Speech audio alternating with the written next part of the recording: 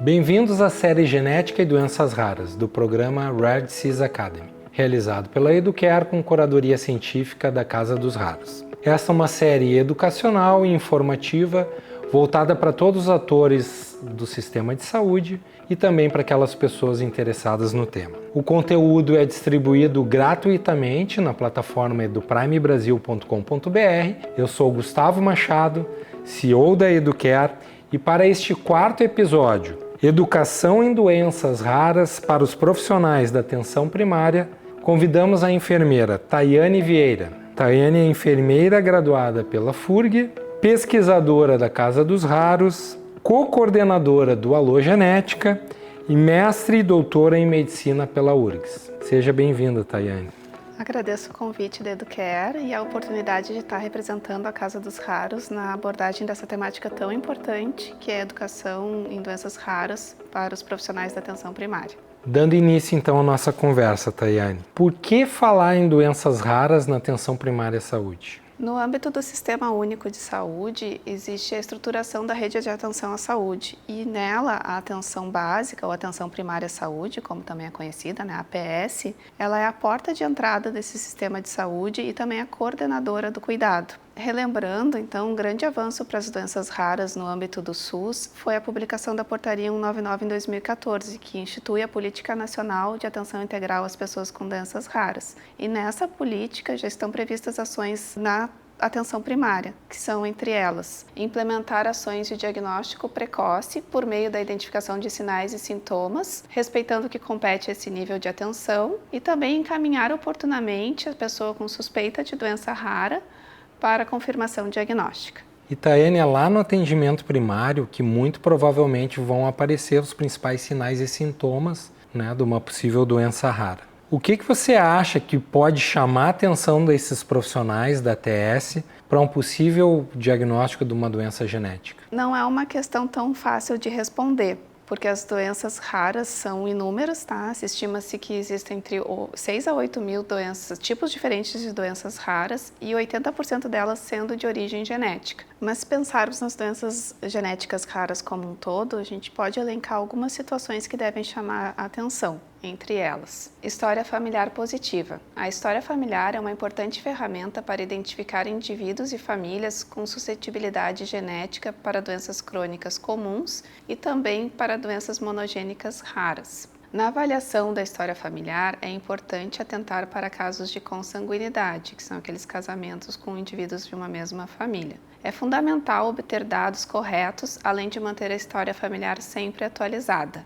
A elaboração do heredograma, que é a representação gráfica da história familiar, pode auxiliar na suspeita de uma doença genética, pela avaliação do padrão de herança, ou seja, como a doença está se comportando nas diferentes gerações dessa família. Uma segunda situação que deve chamar atenção é o atraso do desenvolvimento neuropsicomotor, ou principalmente a regressão do desenvolvimento, que é quando se atinge um marco do desenvolvimento e depois se perde, como por exemplo, aquela criança que aprendeu a falar, aprendeu a andar e perdeu essas habilidades. Lembramos que na caderneta da criança, que é aquele livreto que o bebê recebe no momento da alta hospitalar, se tem todos os marcos de desenvolvimento por faixa etária. E com isso se pode avaliar se os marcos de desenvolvimento estão sendo atingidos de uma forma adequada. E nesse documento também tem várias outras informações que são fundamentais para a atenção integral e proteção da saúde da criança. Uma outra situação que deve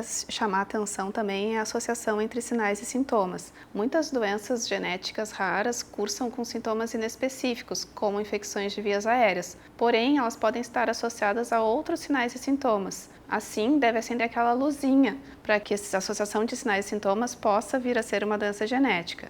E aqui eu gostaria de trazer como exemplo as mucopolissacaridoses, que são um grupo de doenças genéticas raras. Aqui os indivíduos com essas condições, eles podem apresentar, por exemplo, infecções de vias aéreas de repetição, hérnias umbilicais, inguinais, que são sintomas inespecíficos, mas também pode cursar, juntamente com alterações esqueléticas, restrições articulares, faces características, que são sintomas específicos dessa doença. Então, quando se junta a associação desses sintomas inespecíficos com algum específico, deve-se suspeitar de uma doença genética.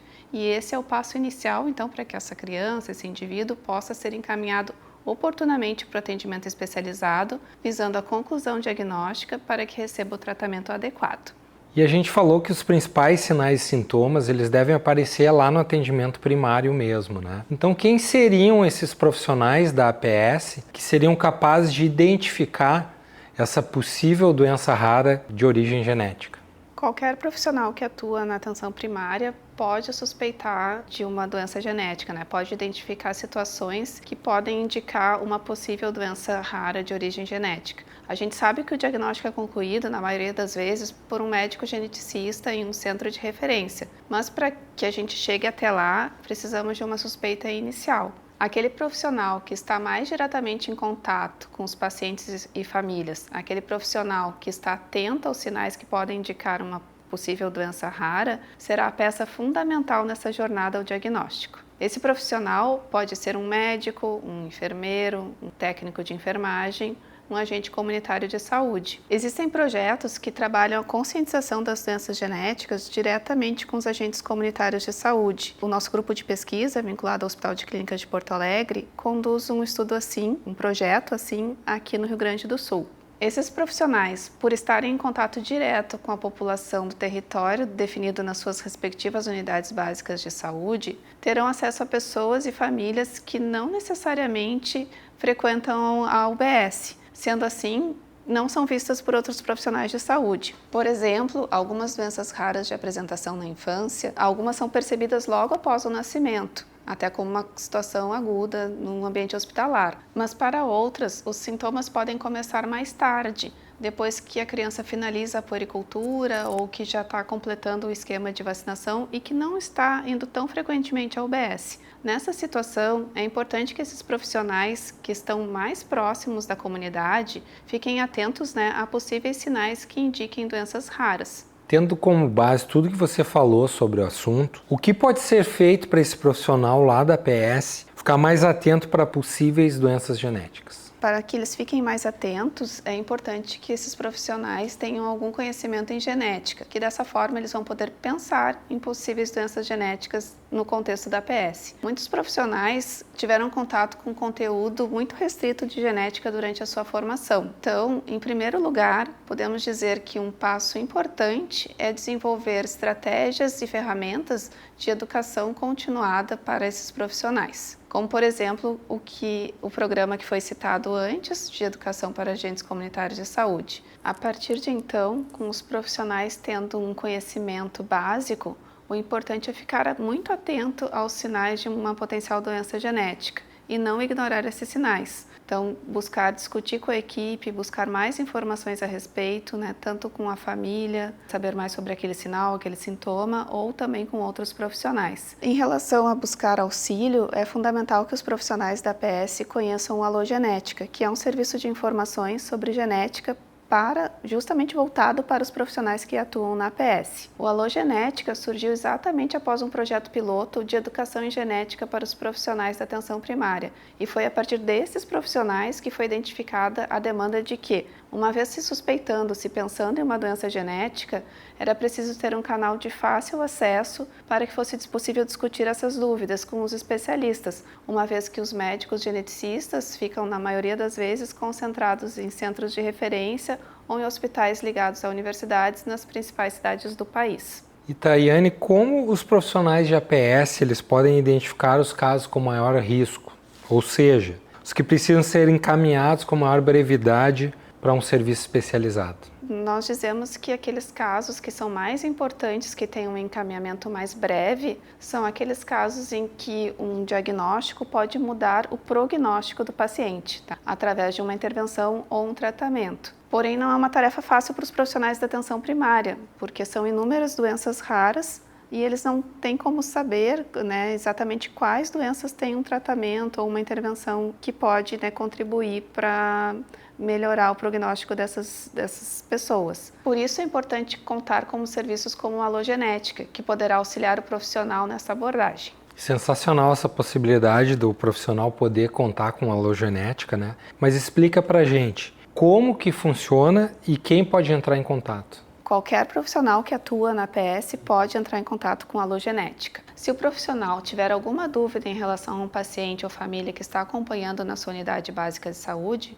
pode contatar o Alogenética em um dos nossos canais de atendimento. O telefone 0800, o WhatsApp, o e-mail ou o nosso site. E preencher o formulário de atendimento com informações mínimas sobre o caso. Essas informações, então, são recebidas e avaliadas por um assistente e um consultor técnico e, se completas, são encaminhadas para o médico geneticista. O médico geneticista, então, vai avaliar todas essas informações e emite um relatório de atendimento, que, então, é devolvido ao profissional da APS. Nesse relatório, irão constar orientações sobre medidas que podem ser tomadas na própria atenção primária, sugestões de encaminhamento para outras especialidades ou a solicitação de exames necessários quando aplicável e também a indicação de encaminhamento ou não para o atendimento especializado em genética. O importante é que as informações sejam as mais completas possível, com detalhamento do histórico familiar, encaminhamento de exames e avaliações prévias que o paciente tenha realizado. É importante lembrar que sempre que se for compartilhar informações de saúde ou imagens, deve-se atentar à LGPD. Estamos nos encaminhando para o final desse episódio e a minha última pergunta é: de que forma que o programa Rare Disease Academy contribui para o tema que a gente tratou aqui nesse episódio?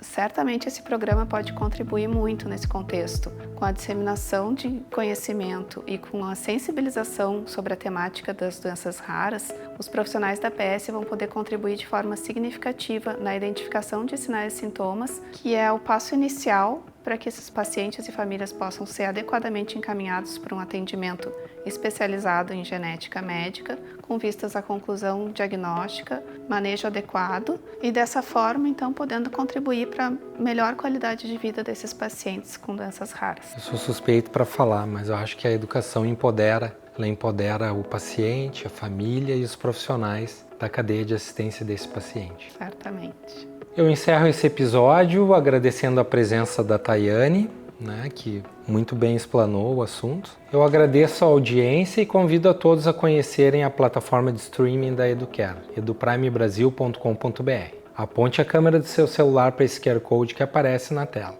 Até um próximo episódio.